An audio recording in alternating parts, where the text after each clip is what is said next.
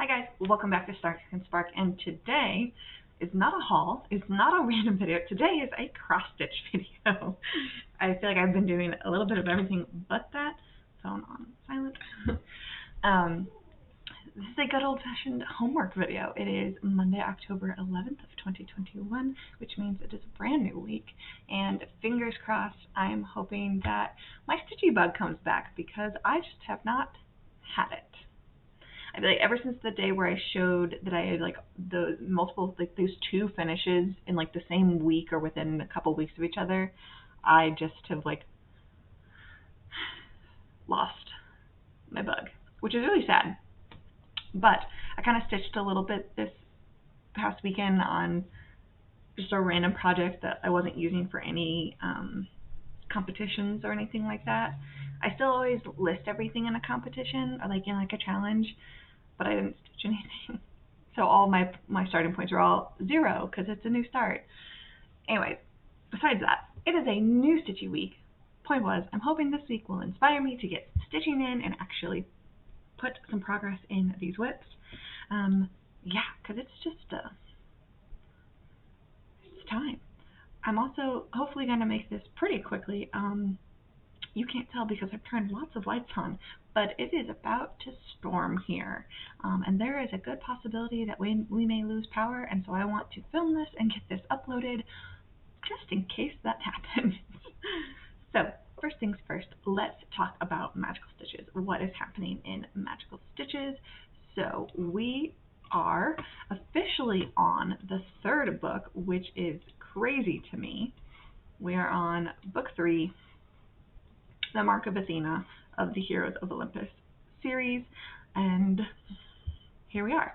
So we have been doing like the Roman games, so this is our first official task for this book. So series 2, book 3, task 1, research week. Hello campers! Wink, wink, wink, wink, wink. Great job on the battle this past week. We have a table of ambrosia for your healing. Please stop by the table and get what you need.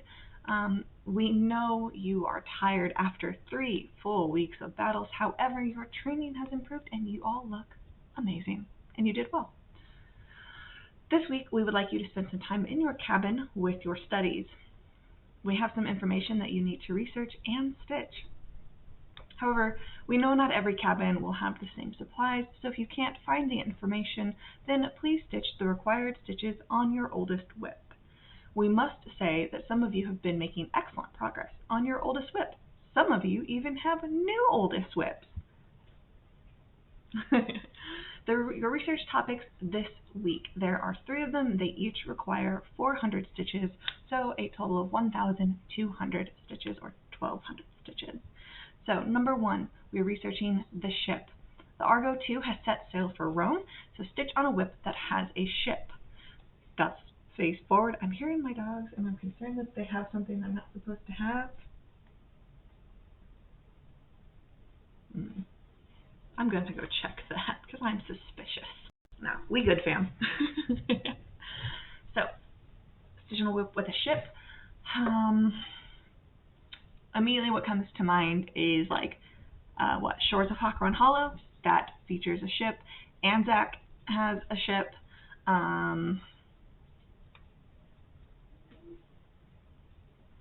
I'm trying to think of any of like the mermaid memorials, but I don't think any of them actually have a ship on them. Anything like that. It is what it is. There won't be, you can't argue your way out of this one. It has to be a ship. So, ta-da! Whether that's, you got Peter Pan, you got a ship in Peter Pan, you've got Pirates of the Caribbean,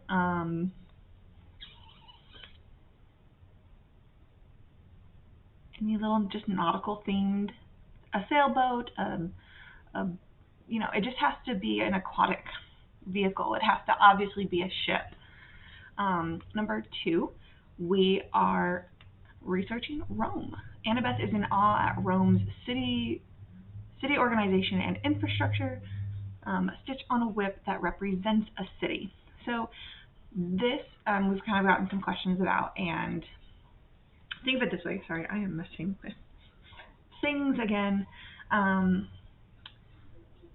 If you have any of those, like Satsuma Street, like Pretty Little whatever city, like pretty little cities. I know that's Pretty Little Sydney, Paris, stuff like that, where it's like a cityscape. That counts. It represents a city. It represents a famous city. If you have any sort of skyline or cityscapes, that is representing a city. We were asked in my particular group chat, in the Demigods group chat, if Hawk Run Hollow would count. And I tentatively said yes, because Hawk Run Hollow is, even though it's a fictional city, I believe, there is a whole series of cross-stitch maps and pieces about this particular city, and it is representative of that city. They are pieces meant to highlight the different aspects of Hawk Run Hollow versus if it's the shores of Hawk Run Hollow and like the water, if it's Halloween at Hawk Run Hollow, the map of Hawk Run Hollow. I think any of those are fine because it is representing that particular city.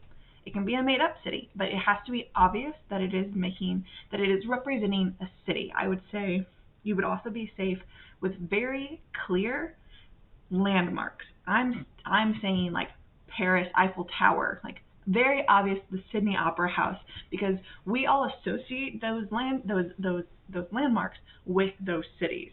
And you could say the Big Ben, it represents. Whoa, all right then.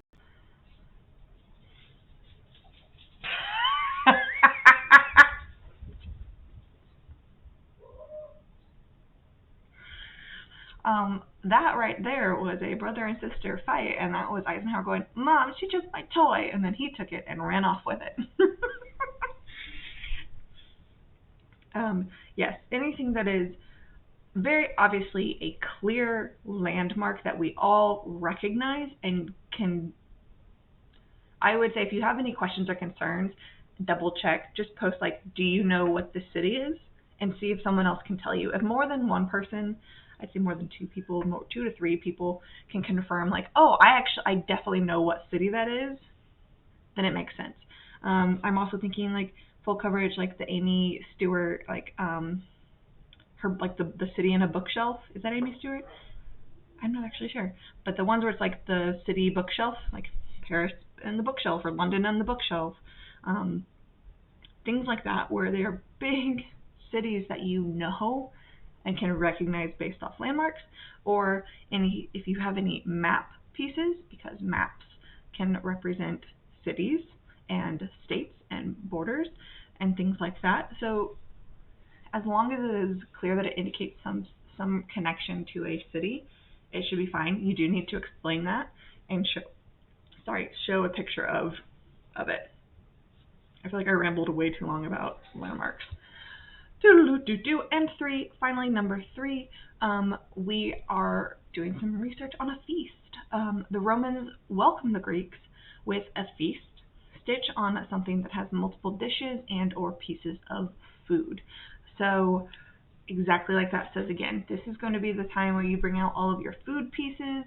This is your bakery pieces, your Thanksgiving food dish plate pieces, your pumpkin pie pieces, your vegetables, stuff like that, where it obviously has food on it, and it has to have more than one. That's why there's the word multiple. It can't just be a piece of food and you're calling it good. It needs more than one.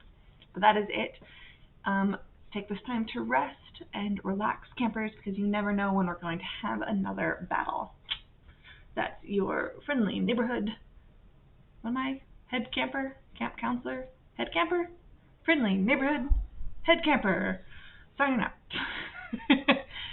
The other event that is currently active over in the Daily 30 group is Octopus Week, which I'm really excited about because I love octopuses as well. I really like aquatic animals. I like sharks. I like octopuses.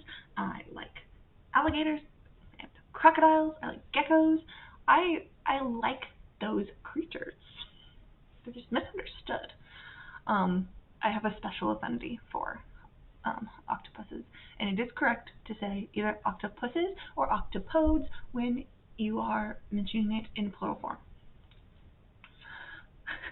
So, dun dun dun dun, World Octopus Day was October 8th, which is awesome. It celebrated One of the most distinctive creatures living on their plane on the planet today, the octopus. This eight-legged, mysterious creature from under the sea has always been one that brings with it a load of fascination for its intelligence, mobility, and beauty. Can we not play on the stairs? Join in the challenges below and find out a bit more about this unique animal. Dun dun dun dun dun. So it looks like each task there are 5. You can either do 100 or 200 stitches, or an hour or 2 hours worth of stitching, plus number 6, which is always the non-counting challenge. So number 1, dun dun dun dun. Octopuses are worthy of appreciation for a number of reasons. First of all, they are one of the Earth's great survivors. Indeed, despite their relatively short lifespan, octopus fossils date back more than 300 million years, which is crazy to me, meaning that they predate even the dinosaurs. How cool is that? Stitch on your oldest whip.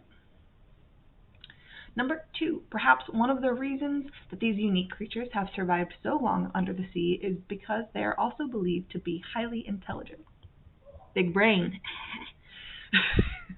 With around 500 million neurons located in their brains and arms, they are able to bypass their instincts, learn lessons, and solve problems in a way that not very many other sea life creatures are able to.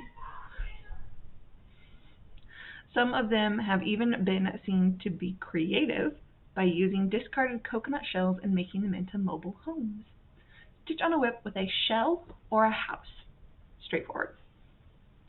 3. In addition, octopuses are visually stunning, coming in various colors, a multitude of sizes, and all sorts of shapes.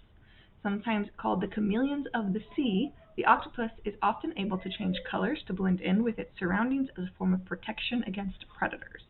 Stitch on a whip in which you changed the charted colors. Okay, that's important. So this is one where you've decided, actually, I'm going to go my own way. What's that song? Isn't there a song about going your own way? I'm sure there is. Let's not sing right now, Miss Emily. I am. My brain is firing on a lot of cylinders right now. Okay, you changed the colors. You need to include a photo of the charted colors and then explain the ones that you changed.